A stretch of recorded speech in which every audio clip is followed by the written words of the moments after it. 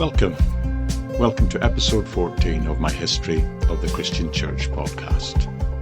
A podcast series in which I attempt to take a deep dive into the heart of Christian history, exploring the lives and legacies of the Christian faith's most influential thinkers.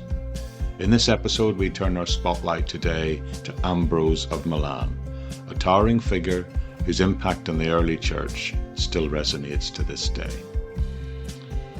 Picture this. It's the 4th century. It's a time of intense political and religious upheaval. Christianity, once a small, persecuted faith, is now the official religion of the entire Roman Empire. But its doctrines and its leadership are far from settled. Enter Ambrose, a man of deep personal faith and unwavering conviction, whose story is as compelling as it is influential. From his unexpected rise to the Bishopric of Milan to his fierce contributions with Roman emperors, Ambrose's life reads like a great historical drama set against the backdrop of a changing world. Ambrose wasn't just a bishop, he was a statesman, a theologian, and a pastor, and his actions in writing helped to shape the course of Western Christianity. He is mainly remembered today for his fearless stand against Arianism, a heresy which denied the full divinity of Christ, and it was in that he showcased his deep commitment to what is orthodox faith. In today's episode, we'll explore how Ambrose's theological insights, particularly on the nature of the Trinity and the role of the Church in society, provided a bedrock upon which Christian doctrine has been established and endures to this day. But Ambrose's influence wasn't confined to theology alone. His bold assertion of church authority over imperial power set a precedent for the relationship between church and state thereafter. We look at his famous confrontation with the Emperor Theodosius, from whom Ambrose demanded penance, and which marked a defining moment in the assertion of moral authority in the church over secular rulers. So join us as we journey today to the life of Ambrose of Milan, uncovering the way his faith, his courage and his wisdom shaped not only his time but the very foundations of Christian thought and practice. So whether you're a history enthusiast or simply someone attempting to understand the roots of your Christian faith, this episode, I trust, promises to illuminate the remarkable legacy of one of Christianity's most vociferous champions. Welcome to my History of the Christian Church.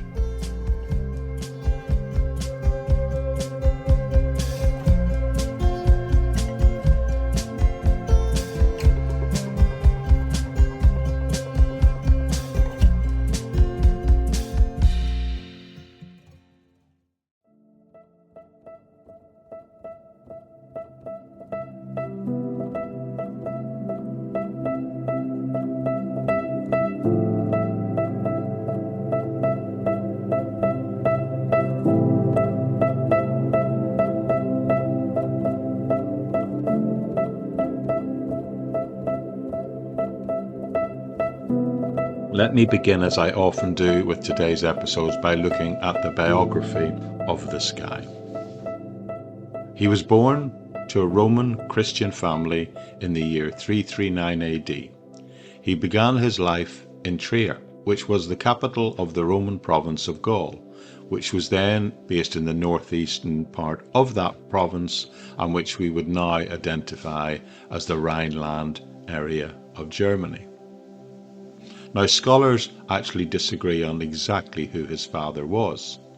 His father is sometimes identified as Aurelius Ambrosius, who was prefect of Gaul, but other scholars identify his father as a high-up official, a guy named Uranius, who worked in the administration of the prefect Ambrosius.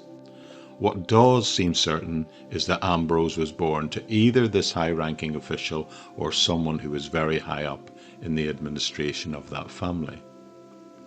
a legend about Ambrose that still circulates to this day, that was as an infant, a swarm of bees settled on his face while he lay in his cradle, leaving behind a drop of honey on his lips. His father is said to have considered this a sign of his future eloquence and what is described as honeyed tongue. In fact, bees and beehives often appear in church imagery relating to him symbolically to this day. Leaving that aside, what we do know is that Ambrose's mother was a woman of renowned intellect and piety, and that Ambrose was the youngest of 3 children. Sometime quite early in the life of Ambrose, his father died, and at an unknown later date, his mother chose to leave Trier with her 3 children and moved the family to Rome. There, as a young man, Ambrose studied literature, law, and rhetoric. He then followed in his father's footsteps and entered public service as a judicial councillor. And then, in 372, he was made governor of the province of Liguria, with its headquarters in the central region of Milan.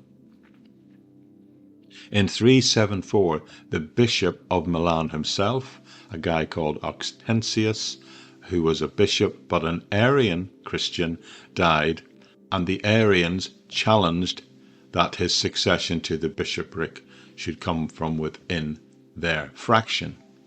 Now Ambrose initially went to the church where the election was to take place, not to seek election for himself, but to argue against the succession of another Arian and to try and prevent the proceedings descending into uproar, which seemed highly probable at that time. The impressive address he gave to the community was interrupted by the call from the crowd shouting, "Make Ambrose bishop." This was subsequently taken up by the whole assembly of people, and Ambrose was thereafter, on the spot, chosen as one who could be considered an unbiased outsider. Now, at the time, even though he was a mature Christian of some theological authority, he was still technically only a trainee in the church, someone who was being prepared for baptism. Now, why would you think that someone with such a mature and lengthy Christian faith up to that time had not been baptized into the church? Well, this was because of his secular role. It was normal, entirely normal in the 4th century, that those in public office, because they were sometimes required to put people to death, to have their baptism delayed. You see, baptism was seen as a one-off way of washing away all sins, and it was believed that the practice of baptism was better deferred by those in public office until what they would describe as the moral dangers of public office had passed away. Now, Ambrose, though known to be staunchly pro-Nicene in terms of its creeds and the decisions made at that council, firmly pro-Nicene and his belief and theology, he does, it seems, at some level was considered acceptable to the Arians, due, many would say, to the kindness he had shown them and in the way he had addressed his concerns about their beliefs. Now, at first, he energetically refused the attempt to make him bishop. He felt he was not prepared.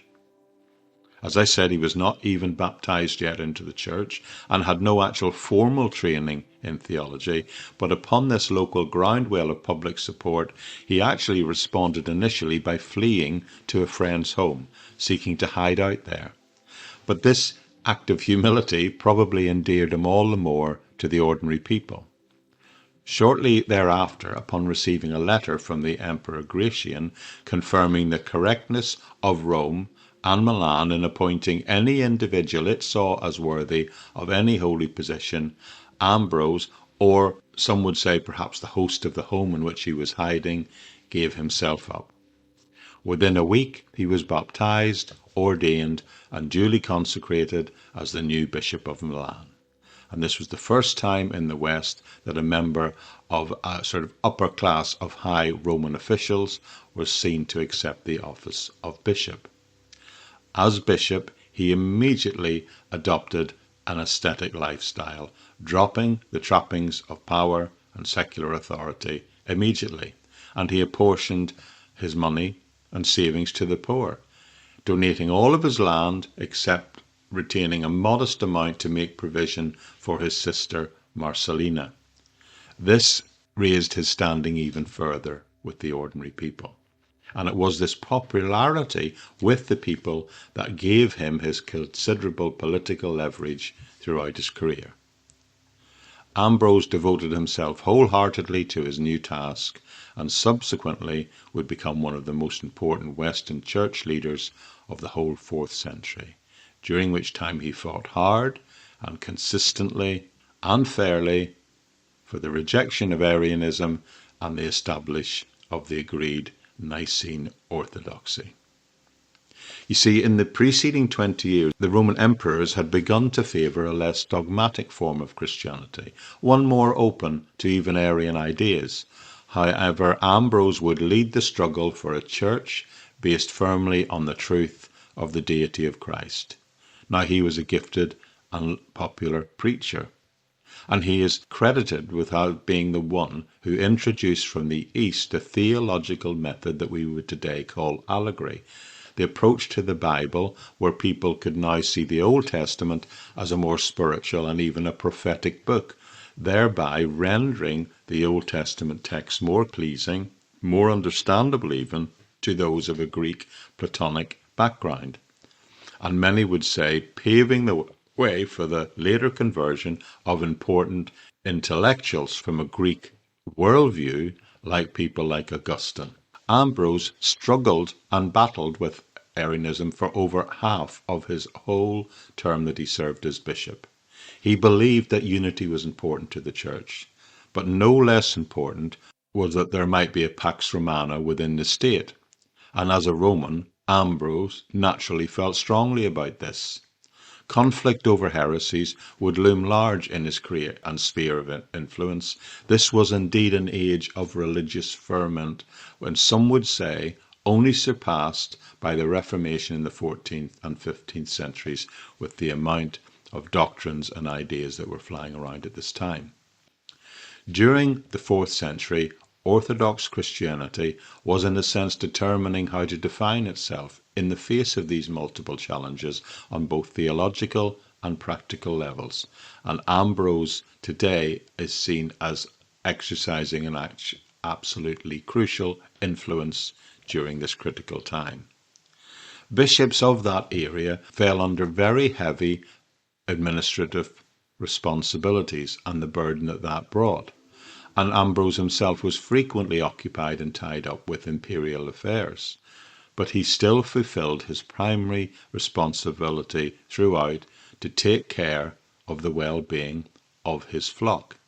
He preached regularly, he celebrated communion, the Eucharist, multiple times a week, sometimes daily and more than once daily, as well as dealing directly with the local needs of the poor, widows and orphans, and of course all the machinations of his own clergy.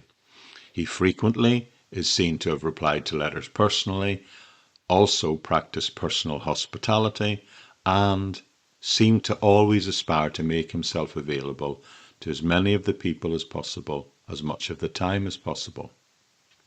Ambrose had the ability to maintain good relationships with all kinds of people from different backgrounds. Now, at that time, local church practices varied quite a bit from place to place, and as a bishop, Ambrose could have required that everyone adapt to his way of seeing and doing things. It was his place to keep the churches as united as possible. That's what he saw was one of his core calls in both his belief but in his actual practice. So he often respected local customs if they didn't deny the core of Orthodox Christian belief, and he adapted himself or tried to adapt themselves and allow congregations to adapt themselves to whatever practices prevailed in that area. As bishop, Ambrose undertook many different labours in an effort to keep the people united and provide stability across the region during a period, as I said, full of religious, political, even military and social upheaval. His acts and his writing show how clear he was about the limits of imperial power over the church's internal affairs as he saw it, including their sacred space being doctrine, moral teaching, and even its own governance. He wrote to the Emperor Valentinian in his epistle to him in chapter 21, verse 4, saying this: "In matter of faith, bishops are the judges of Christian emperors, not emperors of bishops." He also famously said to an Arian bishop, one chosen by the emperor is in the church, the emperor is not over the church. Ambrose's acts and writing created a sort of model which would remain valid in the West, especially for relations between the church and state ever since. Now, during his time, both of these powers in the main stood in a basically peaceful, positive relationship with each other. But he believed the innermost sphere of the church's life, in terms of its faith, its moral order, even its own ordinance, and its right to initiate church discipline where appropriate, must remain separate, in fact withdrawn from any state influence. Probably Ambrose's most important contribution lay in his dealings with the imperial secular court. He established important principles of the independence of the church and the limits of the duties of a Christian ruler, which would continue to be developed well into the Middle Ages. But three major conflicts with or around the secular court illustrates these principles. First, a pagan altar, a statue of the Roman god Victory, had been removed from the Senate House in Rome. But 2 years later, a leading Neoplatonist public speaker and teacher of rhetoric by the name of Symmachus, who happened to be related to Ambrose, he wrote a petition to the newly appointed Emperor Valentinian, and he urged toleration of paganism and the restoration of that statue back into the Senate House. Now, the emperor was inclined to give way, but Ambrose immediately wrote to him in no uncertain terms, stressing that Christians cannot support paganism. Valentinian gave way, but his mother, a woman called Justinia, who had supported the Arians and the Neoplatonism with financial resources, and many said represented and funded the non-Nicene Creed party, was determined to take revenge on Ambrose, persuading her son to remain firm on the removal of the statue. This was manipulated by her a few years later, when in 385 and 386 there was an attempt by the imperial court to force Ambrose to hand over a particular church building for the use of a group who were non-Nicene and therefore were not Orthodox Christians, for them to use it in their belief, practice, and worship. Ambrose resolutely refused. The things of God are to be rendered to God, he said, not Caesar, and this includes church buildings. Ambrose held out, and in fact he arranged a sit-in at the disputed church, even announcing his readiness to accept martyrdom there. Interestingly, it was at this time he introduced to the West the practice of what we would today call congregational singing, something that had not been part of church liturgy up to this point. Initially, it was introduced as a way of keeping up the spirits of the congregation who occupied that church at the time. Anyway, they held firm, and the empress would eventually have to give way. And then finally, another event occurred in 390, which would forever define the distinction between the authority of church and state. The then Emperor Theodosius, the one who had actually called the Council of Constantinople, which formalized the Second Nicene Creed in 381, he ordered the particularly brutal massacre of thousands of citizens at Thessalonica following riots there. Theodosius belonged to Ambrose's congregation, and as such, Ambrose considered this event and his actions a pastoral matter that it was his responsibility to deal with. He wrote to the emperor directly as his pastor, discreetly, initially requiring him to do penance or face excommunication. Theodosius initially tried to have this order cancelled, Ambrose, in his further communication, however, was able to persuade Theodosius to express regret about the incident, and he eventually did indeed give way and appeared in Ambrose's church as a penitent. He accepted Ambrose's rebuke, and future relationships between them were thereafter relatively cordial, it seems. Writing to Theodosius on this matter, we have this quote found in a transcribed sermon text entitled Against Auxentius, verses 35 and 36, in which he said the church belongs to God, and therefore not ought to be assigned to Caesar. The temple of God cannot be Caesar's by right. No one can deny that I say this with respectful feelings for the emperor, for what is more respectful than to call the emperor the son of the church? For the emperor is within the church and not above it. Now, the wording of this potential excommunication and the communication around it were seen to be so expert, so measured, and so respectful that they were the thing that allowed Theodosius the space to respond appropriately and submit to church authority without totally losing the moral right to remain and rule as emperor.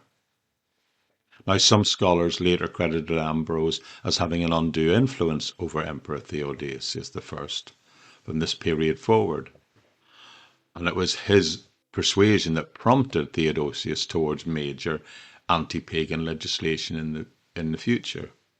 However, the current view, as I read it, of most modern church historians is that Ambrose was not this sort of quasi-power behind the throne, as he was frequently portrayed, so to speak. The two men did not actually meet each other that frequently, but documents available to this day reveal that future relationships between the two are not really about personal matters or express any personal friendship in any way. They are merely practical negotiation between two leaders representing powerful institutions, one the Roman state and the other the Italian-based Roman Church. Now, later writing about this, and indeed legends about Ambrose, spread throughout the empire, and during that time some famous biographies about him were written. And these are said now to make it really particularly different for modern historians to understand his true character and motivation, and fairly place his behaviour within the context of the time. Clearly, Ambrose was a genuinely spiritual man who spoke up and defended his faith against opponents. He was an aristocrat by birth, but he retained many of the attributes and practices of the Roman governor that he had originally been. But he was clearly a godly man who was seen in his life to add authenticity to that claim by his desire to serve the poor. Many historians would later place Ambrose among Augustine, Jerome, and Gregory the Great as what are often called the four great Latin doctors of the Church. Certain areas, of course, still remain problematic for some to this day. Ambrose was seen to be the one who introduced from the East the newly developed emphasis on the idea of the conversion of the bread and the wine in the communion service. This led in due course to the full doctrine of transubstantiation, which would eventually be defined by the full Fourth Lateran Council in 1215, which is of course 800 years subsequent to Ambrose writing about it, and of course this doctrine would be later wholly be rejected by the Reformation. But also, Ambrose could be said to have been the one who prepared the ground for Augustine's teaching on the fall in original sin. In his writing, he is seen to write something similar in his piece called The Death of c339, chapter 2, verse 6, in which he writes, "In Adam I fell, in Adam I was cast out of paradise, in Adam I died, guilty as I was in Adam, now I am justified in Christ." It almost reads as if it could be written by Augustine himself. One other interpretation of Ambrose's writing is that he was a Christian universalist. Now, it is noted that in Ambrose's theology he was indeed significantly influenced by the like of Origen and even other early Christian universalists. One citation often quoted in favour of him having this belief is this: our Saviour has appointed two kinds of resurrection in the Apocalypse. Blessed is he that hath part of the first resurrection, for such come to grace without the judgment. As for those who do not come to the first, but are reserved into the second resurrection, they shall be disciplined until their appointed times between the first and second resurrection. Now, clearly you can see how ideas like the concept of purgatory would later arise out of this teaching, but I would say within the context of the time, one could still interpret this passage as being just another example of mainstream Christian belief in the general resurrection, that both those in heaven and hell undergo a bodily resurrection. But some choose to interpret it as an early allusion to the idea of purgatory, in that some are destined for heaven but must first undergo this phase of purification. So, although this quote remains problematic for many of us today, in fairness, several other of his works written around the same time clearly teach what we would recognize today as a mainstream view of salvation.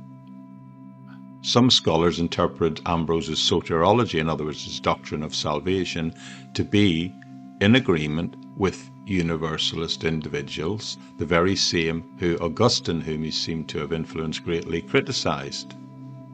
In his treatise on faith and work, he argued that whilst unbelievers would experience eternal judgments, all Christians who had believed in Jesus will be united to God at some point, even if they've sinned and fallen away. One other very problematic view to Protestant Christians today is the fact that central to Ambrose's theology is the role of the Virgin Mary as the Mother of God.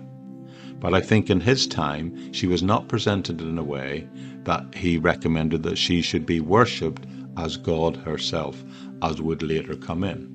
I quote from his own writings when he said this: "We confess that Christ the Lord was born of a virgin, and therefore we reject the natural order of things, because she conceived not from a man, but from the Holy Spirit. Mary was the temple of God, but not God in the temple. Therefore, only the one who was in the temple can be worshipped."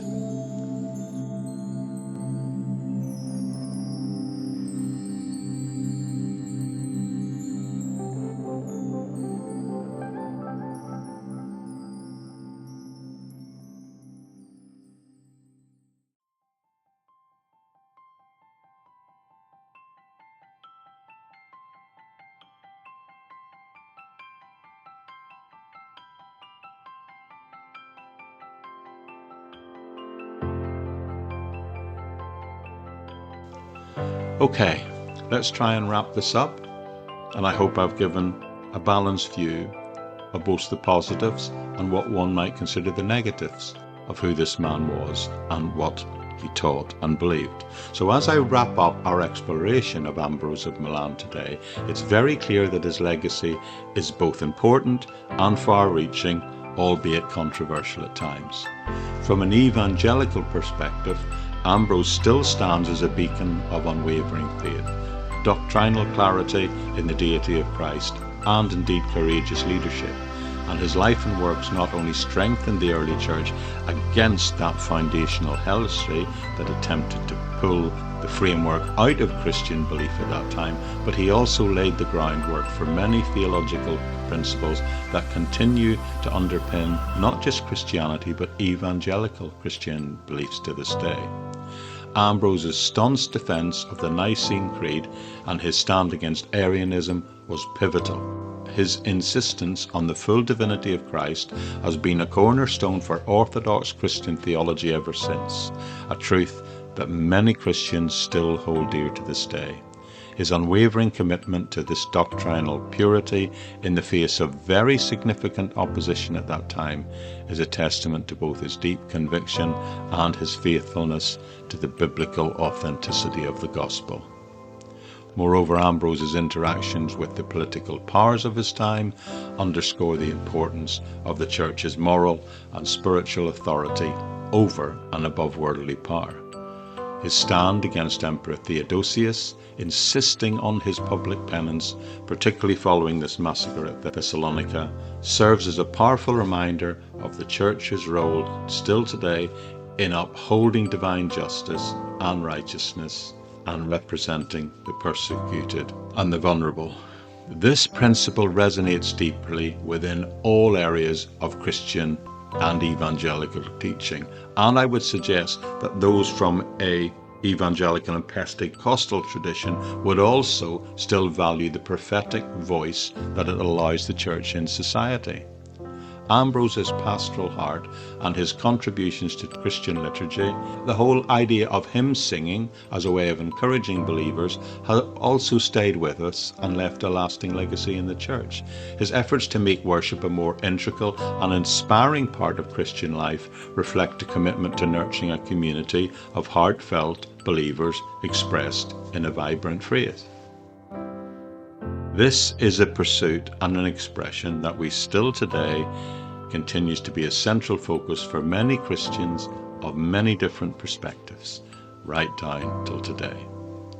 So in conclusion, I believe that Ambrose of Milan is not just an important historical figure, but an important spiritual ancestor of the modern Church, whose life and his teachings continue to inspire and guide many people. His unwavering stand for truth, his courageous leadership, and his theological insights, and his widening and expanding of the idea of communal worship have left an indelible mark on the Christian faith. And as evangelicals from that tradition from which I come, I believe we are called to embody that same spirit of conviction, courage, and devotion to Christ that Ambrose so powerfully exemplified.